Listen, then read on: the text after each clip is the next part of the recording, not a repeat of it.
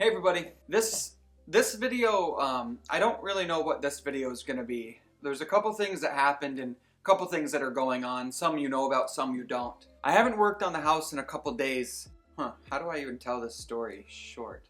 Elspeth has been sick. One day last week, I don't remember what day, I think it must have been Friday. I worked on the house all day till about 1 o'clock or so. And I went home and Sarah just said, you know, why don't we bring her to the doctor's because it's Friday. We don't want to go over the weekend. So we made a doctor's appointment for her and I wanted to go with Sarah to help support her. And so we went to the doctor's appointment, and when we were there, the doctor was trying to perform a catheter on Elspeth, and it wasn't going good. It was really just like high stress, high pressure. Sarah was really upset. I was upset.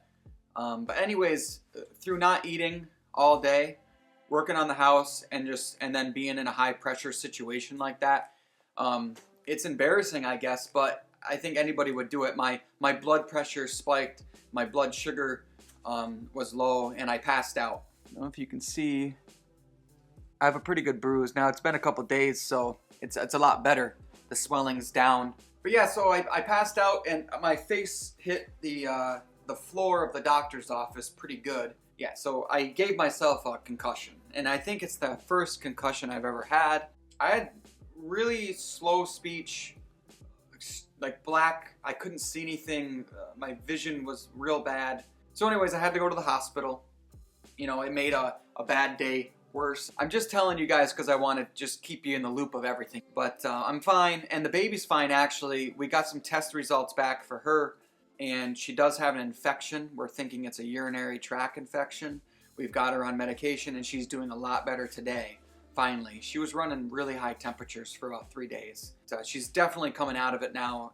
She's definitely starting to smile more and be more of herself. Man, it was just a really bad couple days. Okay, so that leads me to, what am I doing at the house? Some of you know, the ones that are watching every week, you know, I'm on furlough right now. I've been on furlough for going into 3 weeks now, and so we're not getting paychecks. We don't want to spend any money on the house. We're trying to keep the savings account untouched until the furlough goes away, and we don't know when that's going to be, so we're just trying to be careful. But what I can do, as you can see behind me, I have half of Lowe's in my house. A lot of this material I'm going to use, but there's definitely a lot of items that I have purchased that I don't need. This is a good example. I have a whole bunch of these electrical boxes, and I think they're like $3 or more each. I'm gonna take the time and return anything that I can return. That will give me some return money to buy I wanna buy the outlets and the switches for upstairs, because my uncle is gonna help me sometime next week to wire all that up. So what I'm going to do right now is I'm going to collect everything that I know that I don't need, and I'm going to see what I've got, what's worth returning, what's maybe worth keeping, and we'll go from there. We'll see how this goes. Gotta see things, see new places and brand new things. Gotta go places and do things, maybe to forget.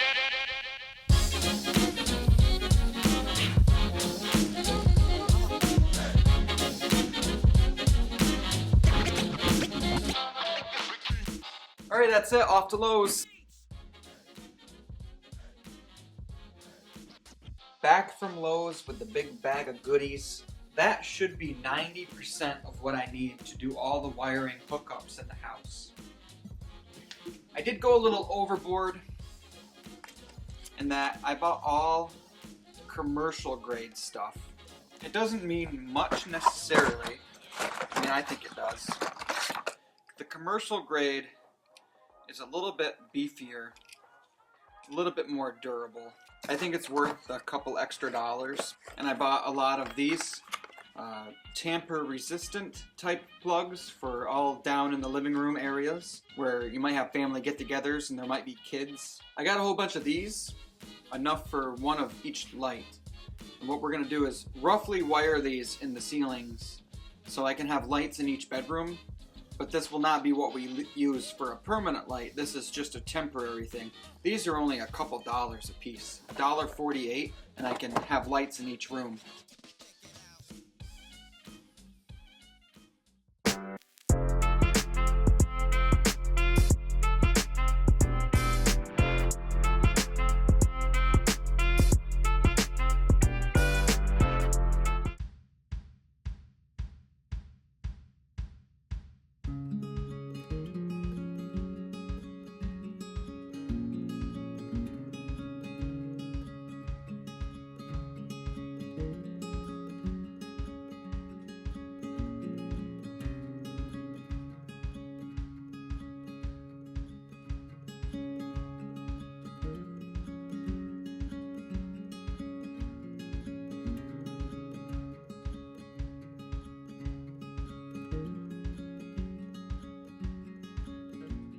Found some more of the other flooring downstairs too, and it looks like Lily wrote the word love on this one piece. I think what I'm going to do is cut that. I'm going to put that somewhere in her room and polyurethane over the words so she sees that forever. I just love how this was in a pile of old wood, and I don't know when she went down there and did it, but I'm going to put that somewhere in her, maybe her bookcase or something. I've got a thing called Old Wood Inventory. This next stuff, which I think is this big pile, is very, very special. Let me grab a small piece. This was on the floor upstairs, and it's probably a hemlock.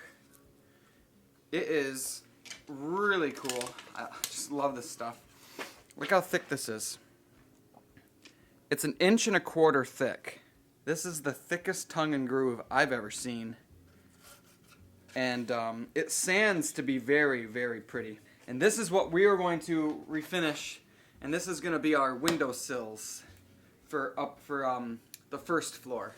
I cannot wait to do that, because this stuff I sanded a piece. I'm not going to show you what it looks like. It's on my Instagram if you want to see it. This stuff is awesome, and I just cannot wait to use it.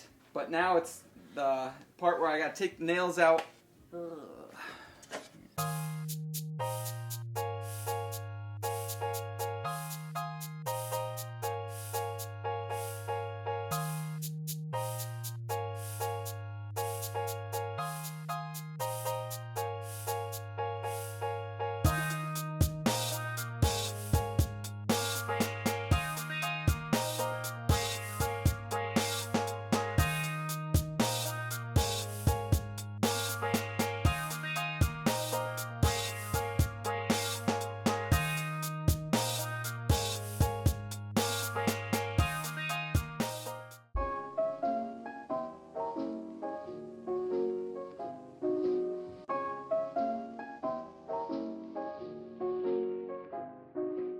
That's gonna do it for me today.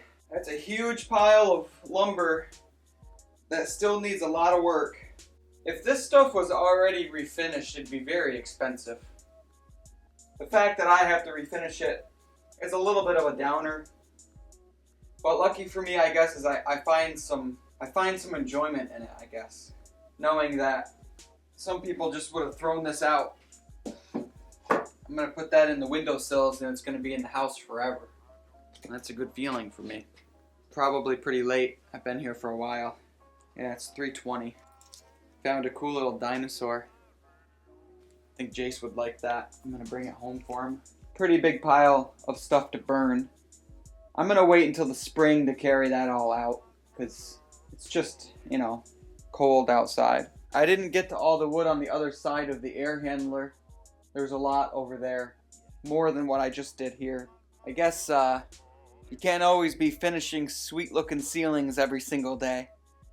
There's a lot of back end work that you've got to do before you can see some results.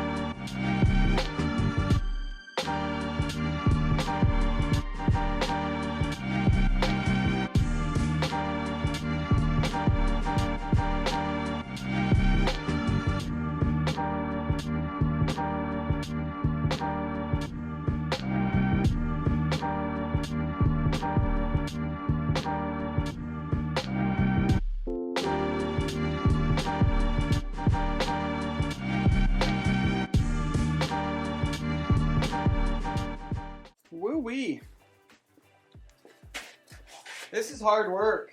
Pile of wood that I just did is this stuff right underneath me here. And I think that this might be some of the oldest wood in the house. I think it's original to the house. And let me tell you why. I've got some good clues.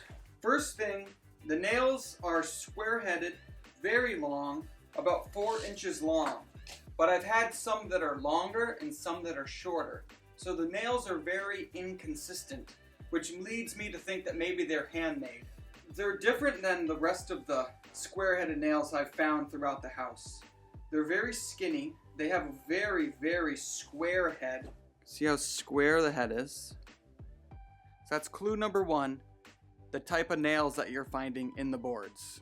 Clue number 2 is the board itself. The back of the wood is the best way to look because the back side usually is not planed, flat. When I look at the back of this wood, I see very straight cuts, and that leads me to think that it's a one-handed or two-handed saw where you would cut the boards like that. A circular blade makes a very distinct cut on a board, and it's just a little round. Now, granted, these boards aren't very wide, but you can clearly see that these cuts are straight, but if anything, they're wavy. Meaning, you know, when you're cutting a board, you're doing this kind of action. You're kind of going up and down and back and forth. And that's what would make a wavy, straight cut. Let me show you. Can you see it? It doesn't necessarily mean that this wood is super old now. Whoever put this wood in, maybe they just didn't have access to a round circular blade, or they cut this wood themselves. You can only go by so much. Clue number 3, and this is not as good of a clue, but the thickness of the wood. It'd be very hard to get wood to be the same thickness if you're cutting it with a handsaw. And then to try to get the same thickness, they'd probably use a big block plane, and they would plane the wood down. And this wood, though, is very similar. There are some pieces that are thicker than others. But to me, this is very old wood. It's very cool. In person, it's just very easy to tell the difference between something like this and something like this flooring here that you can tell was cut with a circular saw. And I think that's pretty exciting. The last thing doesn't necessarily help determine whether or not it's old or not, but it's the type of wood that it is. Let me show you. This may look the same to you guys on camera, but I can tell from the weight of this wood and the color of it that this is maple. I can just picture somebody going out into the woods, cutting down a maple tree, dragging it back here, cutting it by hand, and putting that down as flooring. That is wild. So I don't know what I'm going to do with this stuff. I don't have very much of it, and they're all pretty short pieces. But I gotta try to find a special place for it. Maybe some trim somewhere or something like that. I thank every single one of you for sticking around and being part of this and watching me do the back end work before I do the good looking stuff, you know? Can't always be good looking stuff. Sometimes you gotta pull nails and sand boards. Yeah, so anyways, thanks for watching, and we'll see you on the next episode.